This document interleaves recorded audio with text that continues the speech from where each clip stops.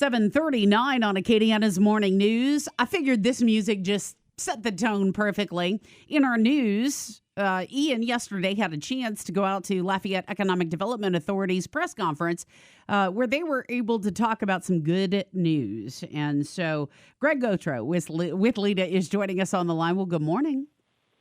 Good morning. I love when we get to have you on the show because 95% of the time we're talking about good news. So let's talk about yesterday's announcement and kind of give us a little overview, sir. Well, Completeful, which is a homegrown company, has grown quite a bit. They're I guess you could call them a fulfillment company, although they're also a manufacturing company, a software development company, and many other things. They've bought, or today, they should close on the Walmart building on the north side. And that's extremely exciting because it can be a game changer for that part of the community, which has suffered from the loss of Walmart and the jobs that came with it. And as I said yesterday, when Walmart closed, people took it personally. Mm-hmm. And now they have the opportunity to take the success of this business personally and be involved in it. So let me ask you, we were talking off air about the component here that there's going to be a daycare on site. I'm so glad to hear this, and I hope that it is a trend that will continue throughout the Acadiana region. Can you talk a little bit about that and what impact you think that will have on this whole development and the expansion down the road?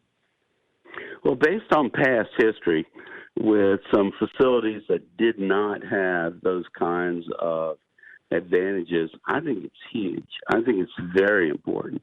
And particularly because people these days, I mean, when these rains happen, schools close. When, during the pandemic, children had to go to school remotely. Well, if all those things are available at the workplace, then the parent can go to work. And it seems like space is the only real expense. Space and a couple of people to work with the children and make sure they're doing their homework, et cetera. Mm-hmm. I think it really is a game changer. I'm hoping, like we said, that others will follow suit. Yeah, me too. And that's a big thing, Greg. We talked with A.B. Rubin and Glenn Lazard yesterday, and they said they couldn't say much, but more is on the way for the north side. What can we expect in terms of more development, more business coming, not just to the Thruway corridor, but also to Moss Street, to Simcoe, to the Four Corners, and other parts of the north side? We're pumping you for information. Well, obviously we're always working on the bigger projects like the one that was announced yesterday, but there are smaller things happening in terms of restaurants moving back to the Evangeline corridor, in terms of infrastructure, hopefully prep work for I-49 and some things that would help alleviate some issues that exist in transportation. I've often said Evangeline Thruway is this huge scar drawn right through the community that separated us, and we've got to overcome that. And then there are hopefully more opportunities like this. When you think through it, every small company now, because of a significant growth in online shopping that was just sort of sent through the roof by the pandemic, any company can sell online and they can fulfill locally. And that's, you've got more than one business in town, and in addition to Completeful, like Cajun Crate, that does fulfillment for local companies. So it's very important that a fulfillment group, you make a partnership as a small business with a fulfillment group. I think that area of town is ripe for that because, it's the corner of two interstates. And we've talked about that for years and years. But I believe now with the smaller distribution centers, not counting Amazon, being, more popular in terms of fulfillment, I think you're going to see much more happening. And let's hope so. We will, of course, Yeah, stand that's the by to big hear thing. that. Ian, any final thoughts? Yeah, that's the big thing. And it's not just the Evangeline Thruway corridor, it's other parts of the north side, too. True. And one of the areas that you look at is the Louisiana Avenue corridor. Mm-hmm. Since Target and all those, that shopping center was built, it seems as if things have stalled in that area, partly because Louisiana Avenue hasn't been built all the way to Gloria Switch yet. What does LEDA have in the works, or is there anything in the works for further development along the Louisiana Avenue corridor off I-10? Yes, we're working with several companies to work on development. The Louisiana Avenue corridor along with service roads. Really, we need to explore service roads more because that's where a lot of activity happens along interstates that we never bothered to do, or the state never bothered to do, and we've got to compensate for that. So we've got to look at service roads. They don't have to be, in every case, they don't have to be what you would call a frontage road. They could be a block away, but we need to be able to travel along the interstate. I think that's very important. I know that we're working with the consolidated government on that, and we also have a few things that we're working on beyond that, as you can always imagine. Yeah. I like the way you slowly finished that sentence, meaning Ian and I can dig, but you will not reveal the gold yet. You said I was teasing last time we were on, but we came through with two new projects since then. So, well, you get all the cool points then. How about that? Absolutely. And before we go, I just want to make a quick note, Greg, on another topic. We just got the release. The Lafayette Hospitality Job Fair is still going on today as scheduled. Employees, job seekers will be there, but for those of you who are worried about road conditions, just use your best judgment. Yep.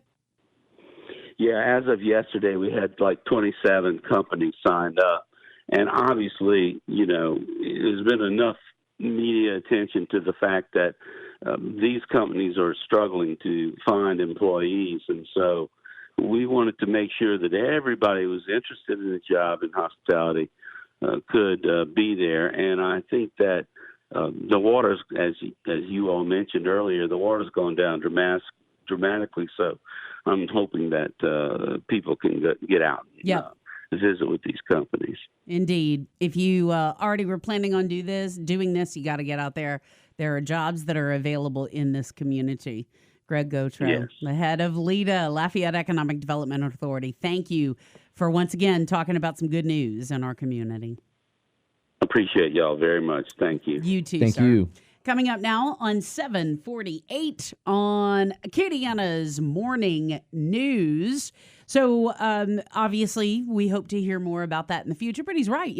The other areas of that portion where this facility is going to be, you're going to be talking about maybe more restaurants that might be expanding, other shops that might be, catering to whatever the needs may be, local pharmacy perhaps, where they might sell, different things that employees might need or the kids might need, an expansion of other things that are already there. And that's a big thing. You're seeing some of that already, even before Completeful moves in. Across the street, the old Burger Time building, which has sat vacant for a while, is being converted into a daiquiri shop next door. Now, that's what everybody needs when they go to work. I'm not officially saying that. I'm just kidding, but next door, the old Wendy's is now becoming Cafe Coachella. It's either the old Wendy's or the old Taco Bell is becoming Cafe Coachella. One of those buildings has been vacant for a little less than a year, being turned into Cafe Coachella. Farther down, the old Bickham Lincoln Mercury facility, which at one point was a cat vendor, is now a used car lot. So some of those areas that had sat untouched for a year, 2 years, are now being converted. Now, the million-dollar question is, with Completeful coming in with the employees they'll be hiring, what other businesses will it attract, and how can it revitalize that part of the city, which over the course of the last 25 years it's seen a noticeable downturn.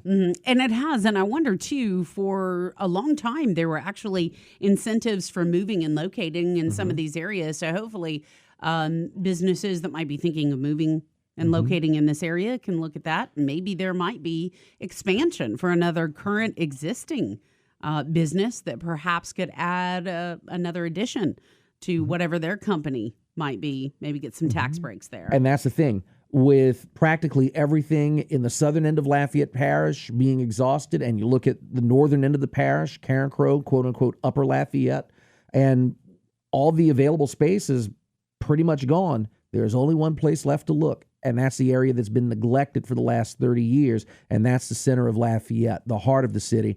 And the more people we get, not just to the north side, but back in downtown as well, not just working, but living there, then we can see Lafayette see its true potential. So come on, investors. Coming up now. Come on down. Coming up now on 750 on Acadiana's Morning News.